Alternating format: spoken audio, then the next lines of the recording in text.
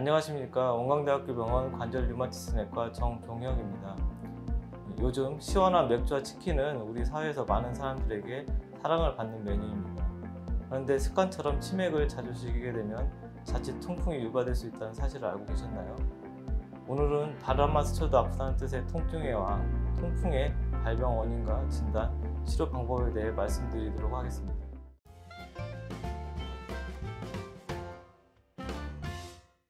통풍은 체내 요산이라는 물질이 과다하게 축적이 되어 발생하는 관절염입니다. 일정량의 요산은 혈액 내에 정상적으로 존재하여 녹아 있고 주로 신장을 통하여 소변으로 배설이 되지만 여러 이유로 혈액 내 요산 농도가 증가할 수 있습니다.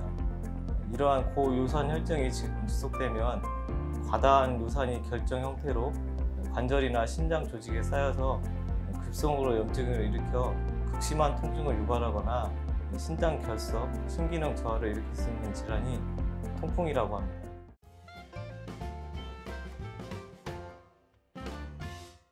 예전에는 통풍이 기름진 음식을 먹고 술을 즐기는 부유층에서 잘 생겨 일명 황제병으로 간주되기도 했지만 요즘은 식생활이 윤택해지고 서구화되면서 사회 계층에 관계없이 발생을 하게 됩니다.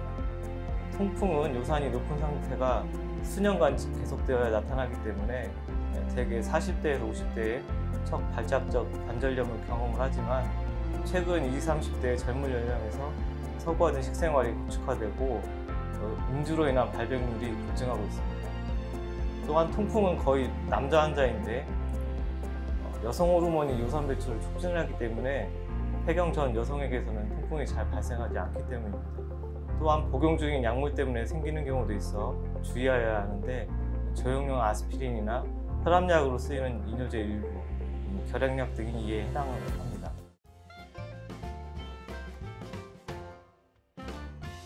통풍은 초기에는 엄지발가락 관절을 침범하는 경우가 많은데 그 이유는 통풍 결절이 우리 체내의 온도가 가장 낮은 부위인 말당 관절 부위에 잘 침착하는 경우가 대부분이고 중력의 영향도 어느 정도 작용을 해서 엄지발가락 관절을 침범하는 경우가 가장 많습니다. 하지만 발등이나 발목, 무릎, 팔꿈치, 손목에도 통풍이 발생할 수가 있습니다.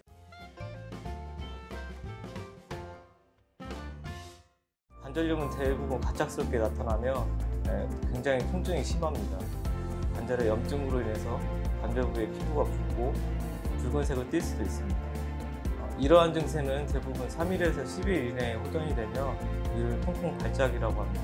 처음에는 이런 증상이 드물게 발생하다가 해가 지나면서 점차 빈도가 잦아지고 염증이 심해지고 오래갈 수가 있습니다. 이렇게 반복적으로 염증이 발생을 하면 해당 관절들은 심하게 손상되기도 하고 덩어리를 이루는 통풍 결절이 피부 아래에 침착되기도 합니다.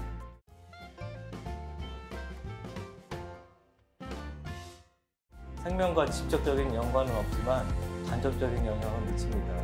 당뇨, 고혈압, 비만, 고지혈증 같은 대사성 증후군과 밀접한 연관이 있어 이와 동반되는 합병증으로 수명이 단축될 수 있습니다. 또한 통풍은 호흡 기능 감소를 유발하고 심장, 뇌혈관 질환과도 밀접한 연관이 있어 철저한 관리가 필요합니다.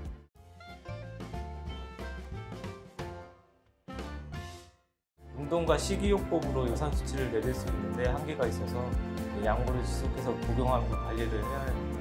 아주 철저한 식이요법을 해도 콩팥에서 요산 배설 능력이 감소하기 때문에 요산을 2mg/dL 이상 내리기가 힘듭니다. 급성 발작했을 때의 치료와 발작 회복 이후 평소 요산 수치를 떨어뜨리는 치료 두 단계로 나누게 됩니다. 급성 발작 시에는 염증을 가라앉혀서 통증을 경감시키는 치료를 하는데 주로 비스테로이드성 소염제나 스테로이드, 포리친이라는 약물을 사용을 합니다. 발작 발생 후 빨리 투여할수록 회복이 빨라지며 회복 이후 적절한 식이요법과 운동에도 1년에 2번 이상 발작이 생긴다면 요산을 떨어뜨리는 약물을 평소에 복용하는 치료도 받아야 합니다.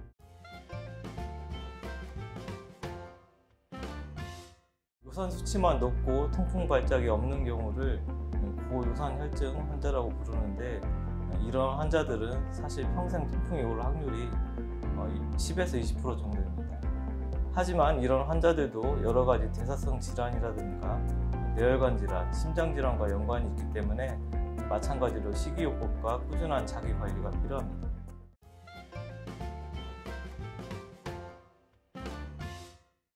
대부분 환자는 불가능합니다. 가끔 전형적인 통풍 증상이 있어서 병원에 방문해 혈액 검사를 했더니 유산 수치가 정상으로 나와서 통풍이 아니라는 얘기를 들었다는 환자분들이 찾아오기도 합니다. 이 경우 급성 통풍 발작이 생겨서 혈액 내 요산 농도가 일시적으로 떨어지게 돼서 정상으로 나타나는 것이 있기 때문에 이런 환자분 같은 경우에는 2, 3주 이후에 혈액 검사를 다시 하면 요산 수치가 올라가 있는 것을 확인할 수가 있습니다. 또한 만성 통풍 환자 중 드물게 요산 수치가 정상이지만 이전에 침착되어 있는 요산 결정체들이 관절 부위에 많아 통풍이 발생하는 경우가 있기도 합니다.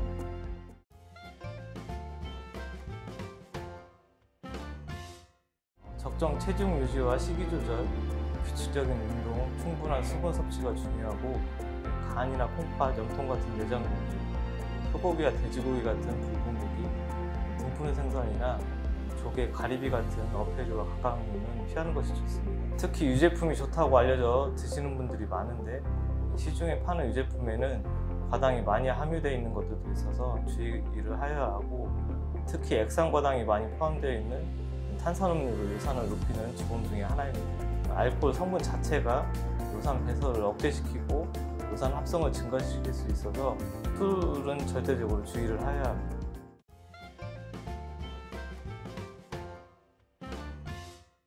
급성 통풍 발작이 왔을 때 흔히 소염 진통제라고 부르는 비스테로이드성 항염제를 복용하면 대부분 증상은 3일에서 7일 안에 호전이 됩니다.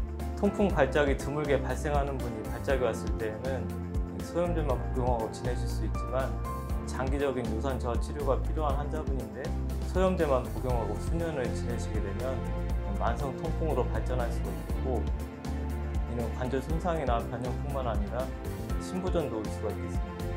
따라서 1년에 두세 번 이상 통풍 발작을 경험하거나 노로결석이 있거나 신기능 저하가 있거나 혹은 만성 통풍 결절이 발생한 경우에는 요산 저하 치료가 필요하기 때문에 그러한 경우는 병원을 꼭 내원하시어 나의 통증이 통풍이 맞는지, 통풍이 맞다면 적절한 치료를 어느 기간 동안 받아야 하는지를 전문의와 꼭 상의하시는 것이 좋겠습니다.